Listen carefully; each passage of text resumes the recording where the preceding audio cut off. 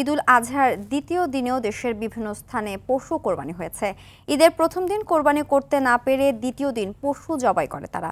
এদিকে কোরবানির সব বর্জ্য অপসারণ করা হয়েছে দাবি করেছেন স্থানীয় সরকার উপদেষ্টা আসিফ মাহমুদ সজীব ভূঁইয়া। বিস্তারিত নাজমুল হুদা রিপোর্টে।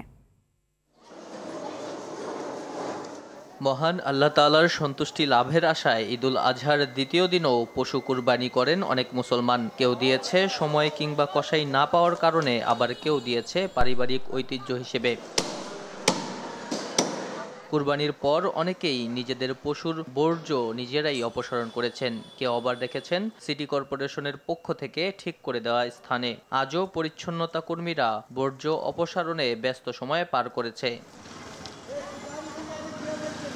এদিকে দেশের ১২টি সিটি কর্পোরেশনে ঈদের দিনের সব বর্জ্য রাত ১০টার মধ্যে অপসারণ করা হয়েছে বলে দাবি করেছেন স্থানীয় সরকার উপদেষ্টা আসিফ মাহমুদ সজীব ভূঁইয়া।